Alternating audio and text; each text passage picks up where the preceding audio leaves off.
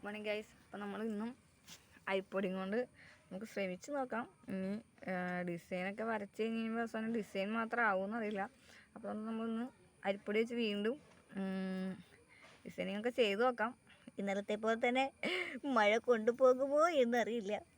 ഞങ്ങൾ ഇന്നലെ അരിപ്പൊടിയൊക്കെ നല്ല കട്ടയ്ക്ക് നല്ല നനച്ച് നല്ല സെറ്റ് ചെയ്ത് നമ്മുടെ കാർഡ് ബോർഡിൽ വരയ്ക്കുന്നത് പോലെ ഞങ്ങൾ സെറ്റാക്കിയതാണ്.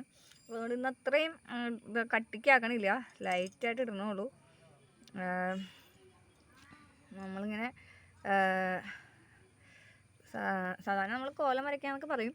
അപ്പോൾ നമ്മൾ ആദ്യം ഡിസൈനിങ് ഇത് വെച്ച് ചെയ്തതിന് ശേഷം അപ്പോൾ നമ്മൾ ആദ്യം മെഴുകി, അത് കഴിഞ്ഞ് പിന്നെ അരിപ്പൊടി കൊണ്ട് ഡിസൈൻ വരച്ച് അതിന് ശേഷമാണ് നമ്മൾ പൂക്കളം ഇടുന്നത്. അവിടെ ഒരാൾ മെഴുകിലൊക്കെ കഴിഞ്ഞു, അവിടെ അടുത്ത ആൾ. ഞാനിവിടെ ഗുരുവിൻ്റെയും ഗണപതിയുടെയും ഇടുകയാണ്. അവിടെ ബാക്കിയുള്ളത് മകളും സഹായിക്കുകയാണ്. അപ്പോൾ ഞങ്ങൾ രണ്ടുപേരും കൂടിയാണ് ദിവസം ചെയ്യുന്നത്. അപ്പോൾ ഇവിടെ ഡിവൈഡർ യൂസ് ചെയ്യുന്ന കണ്ടിട്ട് ആരും പേടിക്കണ്ട. നമ്മൾ ഡിവൈഡർ വെച്ച് ആരെയും കുത്തി കൊല്ലാനൊന്നുമില്ല.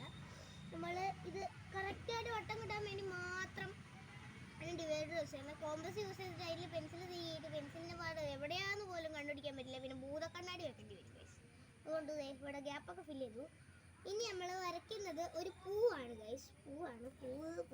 പൂ വരച്ചത് കാണാൻ പറ്റുമോയെന്ന് ദൈവത്തിനറിയാം. ഓക്കെ, അത് ശരിയാവും. അത് അരിപ്പൊടി ഇട്ട് സെറ്റ് ചെയ്യണം നമ്മൾ. അപ്പം നമ്മൾ ഇങ്ങനെയുള്ള നാച്ചുറലായിട്ട് സാധനങ്ങളാണ് നമ്മൾ യൂസ് ചെയ്യാറുള്ളൂ. അപ്പം നമ്മൾ അരിപ്പൊടിയും കൊണ്ട് ആദ്യം തട്ട് കറക്റ്റ് ചെയ്തിട്ടാണ് നമ്മൾ എന്നും പൂക്കളിടുന്നത്. അപ്പോൾ നമ്മളെന്ന് വെച്ച് കഴിഞ്ഞാൽ തട്ട് ഫില്ല് ചെയ്യുന്നത് ആദ്യത്തെ ദിവസം വീഡിയോയിൽ, രണ്ടാമത്തെ ദിവസം വീഡിയോയിൽ ഇട്ടില്ല. കാരണം ഒരുപാട് ഇതായാലോ എന്ന് വെച്ചിട്ട്. അപ്പോൾ കഴിഞ്ഞ ദിവസം നമ്മളോർത്തു അതും കൂടെ ഒന്ന് ആഡ് ചെയ്തേക്കാം എന്നോർത്തു. അപ്പോൾ ഇന്ന് നമ്മൾ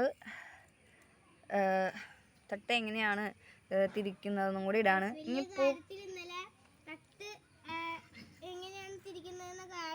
പക്ഷേ പൂക്കളം ഇടാൻ കഴിഞ്ഞില്ല.